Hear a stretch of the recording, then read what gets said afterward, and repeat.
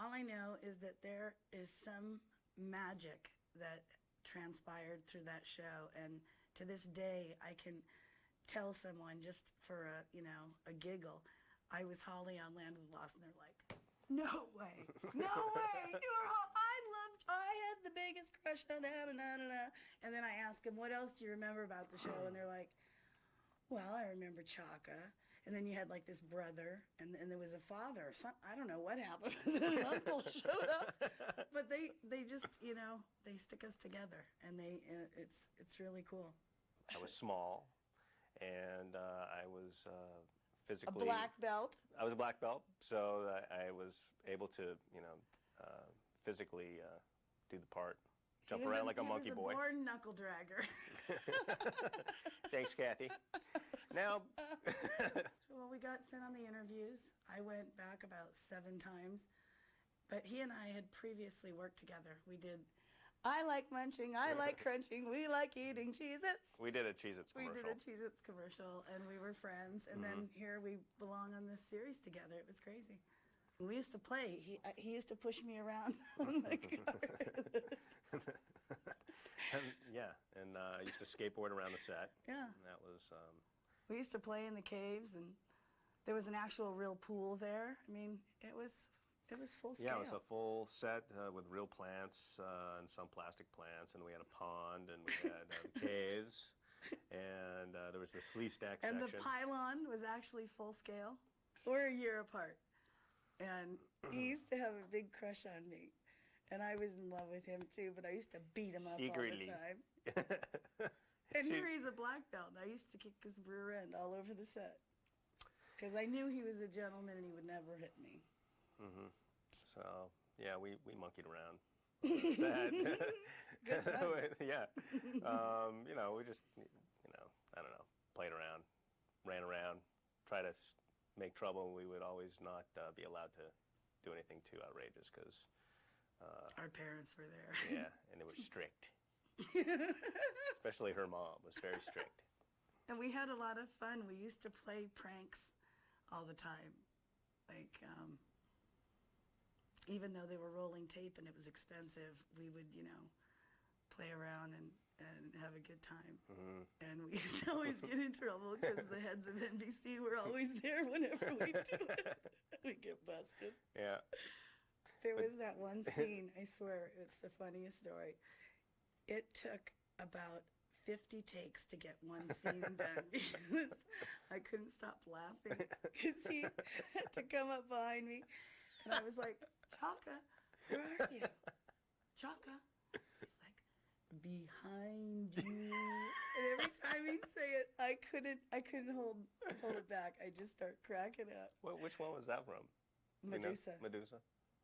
Do you remember? Mm-hmm. Because if you were to be caught, you'd be turned to stone.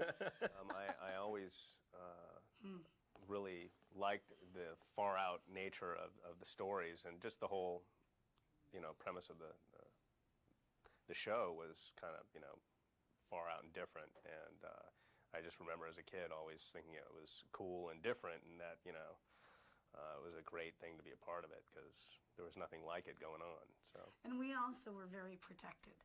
There was, a welfare worker on the set, our teacher, and our parents, and so we were very, protected. So, we were just there to have a good time, basically. We had responsibilities, our lines, and, landing your marks. And it was weird because we worked on chroma key, so, you really weren't ever looking at anything. It was like, look over there, there's where the dinosaur is, and we'd all look, and then somebody would snap a picture.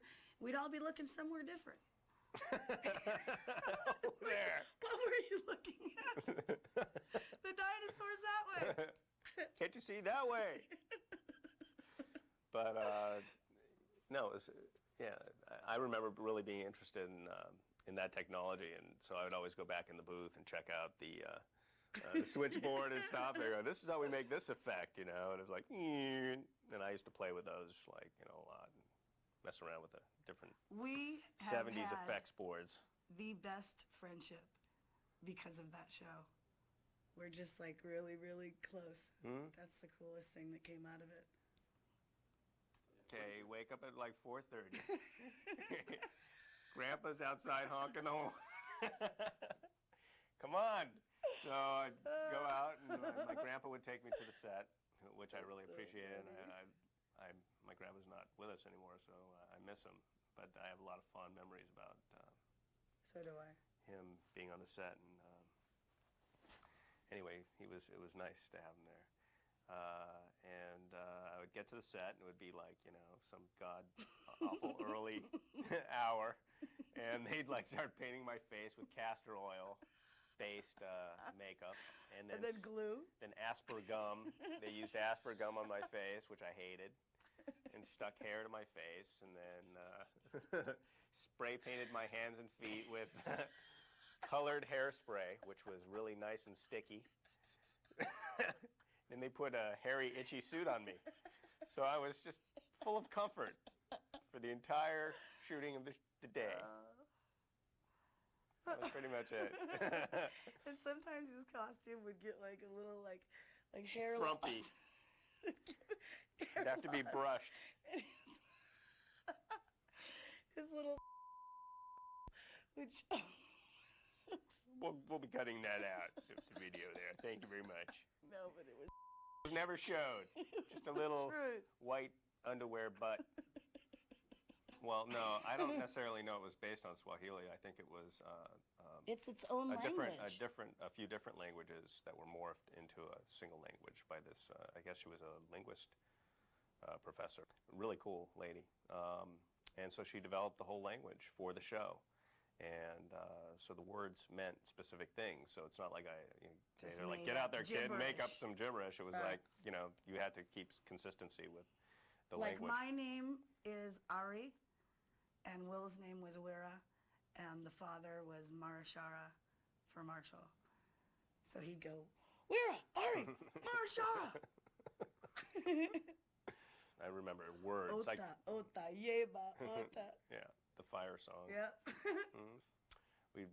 Me and the other Pakuni would dance around a fire pit chanting our little fire chant. Oso is water. Osa.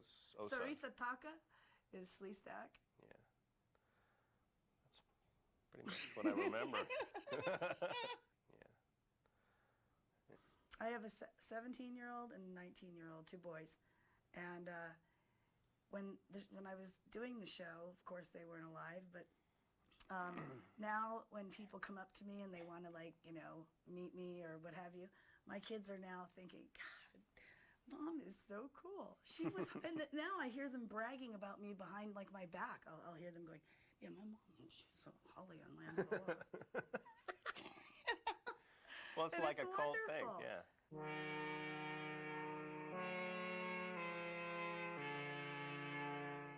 You know too much about us. Who are you? My name is Ronnie. You're me later. When I grow up, huh? I came back through a time doorway to help you. Tita Louise first interviewed for it to play me. Didn't get the part. Then they found this woman, Erica Hagen, and what a major compliment it was for them to pick somebody as absolutely stunningly beautiful as she was to play me. Wasn't she? Yeah. Absolutely She was gorgeous. hottie. Yeah, so, she had blonde hair down to here. Beautiful. And then she also played my mother on the show in one episode, and she really turned my life around. So, yeah, that episode absolutely stands out. Well, The fish. yeah, I don't know. There was one episode that it had to do with Wesley, and he was fishing for this fish, and they had a live fish in the pond. And so he was fake fishing, and then they somehow rigged it so he caught the fish. And then he pulled it out, and there was this interaction between me and Wesley, and I was mad that he was just like, yeah, I got the fish, look, yeah. And I was like, you're hurting the fish. I was really conscious aware of animal cruelties. But I remember I had to push Wesley in the scene, and I really pushed him. So so it was funny, and we watched it. We would watch it again. It just cracks us up. So that's. But they actually had to close down the set for like an hour because he threw the biggest hissy fit. You killed the fish. You killed the fish. No, we didn't kill the fish. Fish is fine. They really did kill it. They just told him. The prop man ate him. That carp was delicious. Best lunch I ever had. I used to take home all the animals from the set. I had guinea pigs. Anytime they'd use an animal, I'd take them home. Except for I didn't take the fish. Prop man. Yeah, prop man, not the fish. I lived in a small community where people didn't like understand like actors and things, and I had a rough time, but it's all good. People at school used to You know, kind of if make you fun lived of in me. Hollywood, if you lived in Hollywood, everybody was in show business. Yeah. You know, it wasn't any big deal to have a celebrity living right next door to you and have it be your best friend. But to live in a community that's not exposed to that on a daily basis, you don't fit in. They don't know how to deal. Yeah, you just don't fit in. Yeah. And then, you know, you get older and you think don't you're care. special, don't you? You must think you're special. No, but kids at school used to make fun of me all the time. And Yeah, I used to get plastic dinosaurs thrown at me. And hey, Ollie! where are your slee stacks now? You know, everybody always says, well, that kids that are in show business turn out to be messed up. You know, like you've got your Adam Riches and, you know, Dana Platos and all of that. But you know what? That kind of thing could happen to the newspaper boy down the road. Those very same issues. And we turned out perfectly fine. Can't you tell?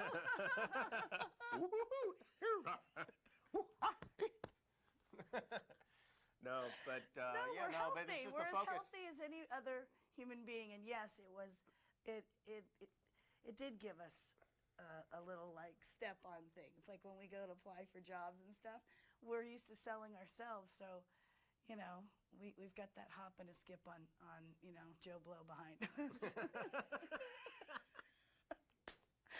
Well, you know, call it like it is. Yeah, pretty much. Yeah. I got a lot of stuff out of it, you know. Working Free meals. free meals, free McDonald's, hairy makeup, sweaty, itchy goodness all day long. It kind of prepared me for later on in life, just being at work all day, you know, not really wanting to be there. Wesley and I had this ongoing competition. Do you remember what it was? Who could get the last word in? Oh my God. He'd be like, run, Holly. And I'd say, I'm going. No, quicker, Holly. And he would always want the last look on camera. So we got into this competition where it was almost like, and you'd hear like one little last word at the very end, and I'd go, okay. But I had to get the last one in. He was a camera hog. Yeah. But he trained me well. I love Wesley, so don't get me wrong. But he Wesley, trained me we wish well. you were here. Yes, where we do. are you, Where Wesley? are you, Wesley? Where are you? Where? There was a guy that was in Hollywood. His name was Criswell, and he was a predictor. And he predicted the first week that he saw the show being taped that it would be a #1 show. And all 3 years of filming, it was #1. I didn't even know that. I knew See? that. See? Even I'm still learning things. You were young. I didn't know about Criswell. I was mature. Who's this Criswell guy?